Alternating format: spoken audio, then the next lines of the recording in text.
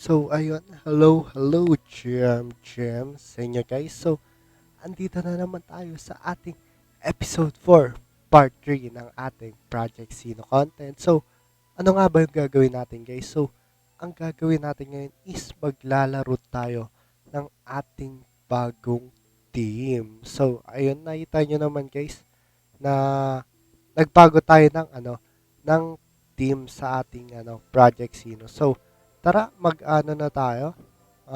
Maglaro na tayo. So, ayan, let's go. Battle mga tropa.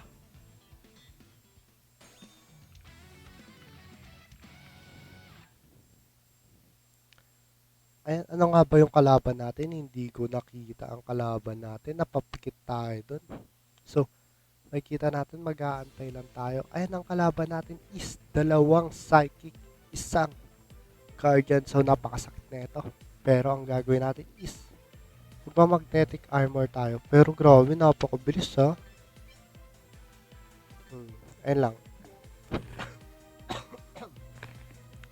Maganda lumabas kagad yung meditate natin.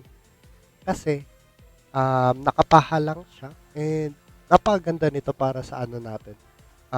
Team composition. So, yan. Grabe, nag-little thunder si tropa. Napakasakit mo naman. Wait lang. Kalma. Ayaw kumalma ni tropa. Kalma lang po tayo. Nag-tron pa nga. Pero ang gagawin natin, hindi pa rin lumabas ang meditate. So, gagawin natin is shock pulse natin si tropa. Magpe-predator B tayo sa harap. And sa likod is gagamit tayo ng um, yung skill ni Psychic. Nakalimutan ko ang pangalan. Pasensya na. At isang fireball. Ayun pala, yung fireball ni tropang Psychic. Nag-energy gain lang si tropa. Medyo magbe-burst si tropa next round. Sana makuha na natin yung meditate. Ayun, medyo huli na tayo ngayon tropa. Di ko alam kung antayin pa natin yung meditate. Pero andito na tayo. Gagawin na natin. Antayin natin yung meditate. Saka sabay tayo burst. Pero napakatagal eh. Ito na lang siguro. Ayan. Kasi medyo nahuli na tayo and medyo mahirap yun. Kasi baka ma-burst na yung inaantay natin. So, ganun lang yung ano guys.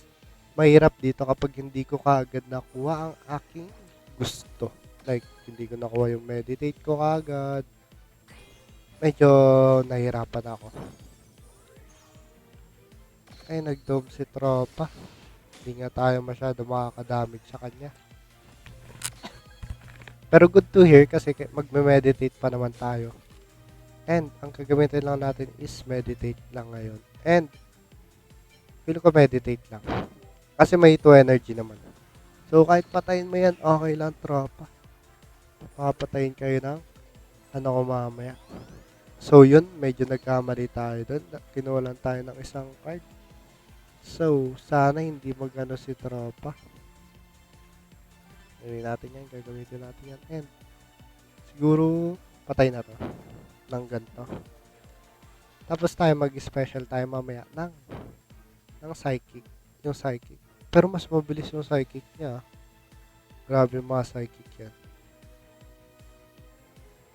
So, gameplay lang to guys. Manalo matalo. Okay lang naman kasi bagong ano natin to. Bagong team na sinusubukan. So, and guys, kung may mga natitupuan kayong team dyan, so sabihin nyo lang sa akin. Ay nga, grabe nga yun. Grabe nang baburst si tropa. Galit na galit. Gustong manakit.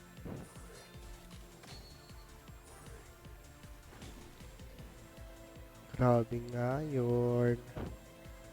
Grabe, mauuna pa rin si tropa. Siguro patay na natin yung likod. Ay, hindi. Mamatay na to dito. Yan, let's try ganito. Hindi pa yung mamatay tropa.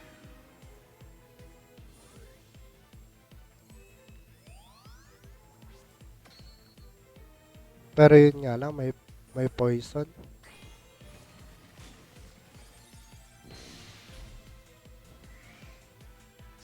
Di pa ata sapat. Pero sapat na tropa. Sapat na para sa'yo. Pero di ko alam kasi pwede niyang atakihin to. So wala tayong magagawa kundi magganto na lang.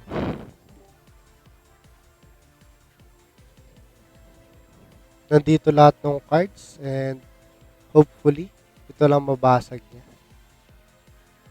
Medyo talo ata tayo dito. Kasi ang ganda ng ano niya, ang ganda ng team composition niya. Dalawa. So yun. Dalawang psychic. So okay lang yun.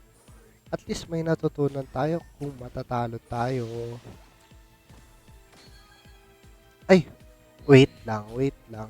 Wait lang, wait lang. Hindi niya ata ako mapapatay. Sana. May attack down siya. So, yun lamang. Yun lamang. Siguro, yun lang ang ating Blizzard is hindi natin magagamit. Siguro kung hindi siya mag-heal ngayon, patay siya. Pero napakasakit ng damage. Yun lang. GG's. So, yan. GG's tayo dun, guys.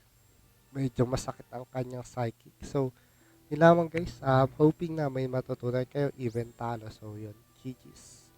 Next game, try natin ipanalo. GG's. Smarty out. Bye-bye.